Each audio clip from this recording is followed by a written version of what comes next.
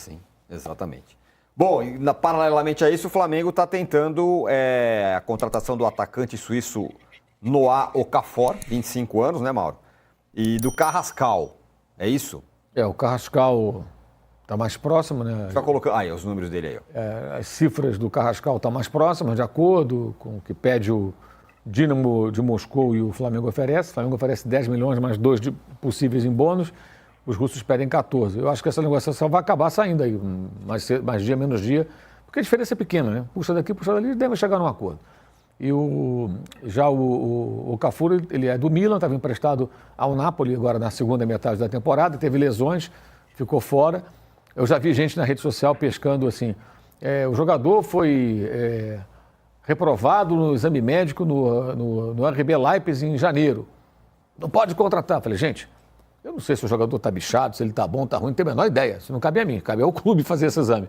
Mas em janeiro, se alguém quisesse contratar o Pedro também, não contrataria. Certo? Sim. Nem o Cebolinha.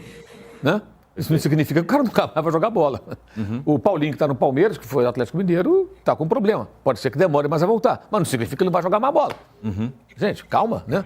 Então, assim, é óbvio que o Flamengo tem que fazer os exames médicos, tem que averiguar a condição do jogador e tal. Ele tinha números muito bons até essas 2 últimas temporadas que ele teve uma queda e teve algumas questões musculares. A informação que eu tive do Flamengo foi de que, no panorama que eles levantaram, não é nada muito grave. Então, eles não se sentem intimidados com isso.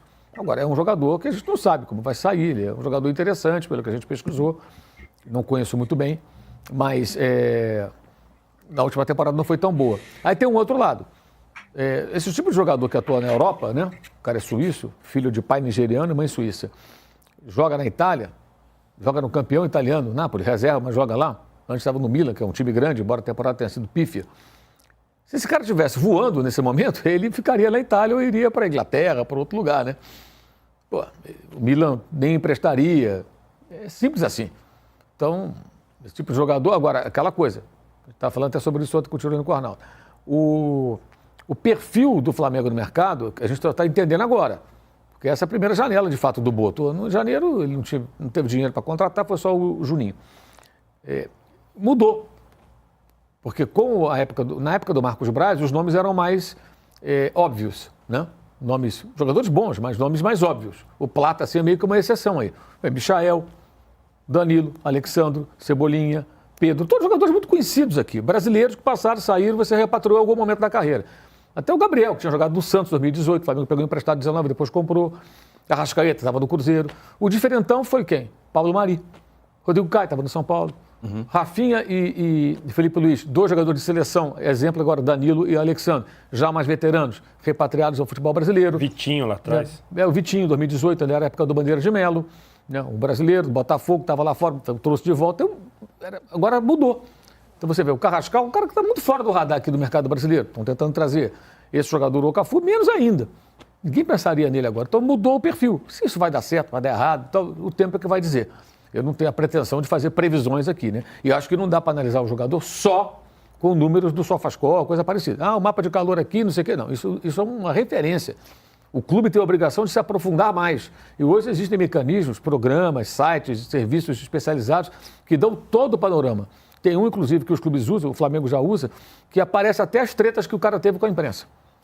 Todo o relatório do cara, você dá todo o panorama. De corrida se machucou, brigou aqui, teve problema, não teve problema, tudo. Dá todo o panorama do jogador. Você examina tudo ali e está na sua frente. Então, obviamente, esse trabalho tem que ser feito com competência. Mas acho que assim, ou a gente espera para ver, ou então você começa já a sentenciar. Então traz o Marcos Braz de volta, que ele vai seguir aquela antiga política, que era muito criticada, muitas vezes, pelo próprio torcedor. Então tem que, acho que dar não sei se é um voto de confiança, mas aguardar para ver o que vai acontecer. Agora... O Milan pede 15 milhões, o Flamengo quer pagar menos. Eu acho demais 15 milhões de euros também. Fala, né? Não, tem uma história do Carrascal, aproveitando aqui o gancho. Vou até me proteger aqui do Mauro, se ele quiser me bater aqui, corta a câmera, mas vou falar um negócio que ele não vai gostar. Estava em 2020 lá na Colômbia, no pré-olímpico, e o Carrascal era conhecido, sabe como lá na Colômbia? O Neymar colombiano. Sim. Ele tem uma tatuagem de beijo aqui e tal. Igual ao Ayrton Lucas. Ele é de uma família que tem uma admiração. Eu lembro que eu fiz um perfil dele quando eu estava lá na Colômbia fazendo essa cobertura. O Brasil estava se preparando lá para o pré-olímpico, então eu acompanhei de perto. A família dele gosta muito do futebol brasileiro. Ele tem até um irmão, meio-irmão, que chama Romário, por conta, obviamente, do Romário. E ele é um jogador que muitas vezes não correspondia a toda a expectativa. E quando eu fiz o Brasil e Colômbia, cara, era impressionante. Era realmente, a comoção do público era o nível Neymar.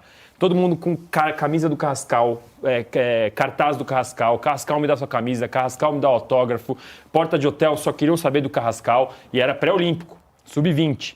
Todo mundo ainda se desenvolvendo. E aí você conversava com os colombianos e falava, não, às vezes ele não corresponde, mas a expectativa dele é gigantesca, o cara é craque, ele sabe o que fazer com a bola, e muitas vezes não se comprovava isso dentro de campo. E aí você conversava com os jornalistas colombianos e falava, ele gosta um pouco da cúmbia, um pouco da balada. Então, é um jogador muito técnico realmente, mas que muitas vezes não se comprova, né? Não consegue render. E aí eu tenho curiosidade para saber como esse cara, com esse perfil, chega num time como o Flamengo, com uma cobrança alta, com uma questão do profissionalismo. Então também eu estou curioso para saber como vai ser o encaixe desse jogador, caso, né, a negociação se concretize, porque é realmente um jogador muito técnico, mas que muitas vezes não consegue comprovar isso, essa esperança toda do povo colombiano nele. Muito bem. Ô, Arnaldo,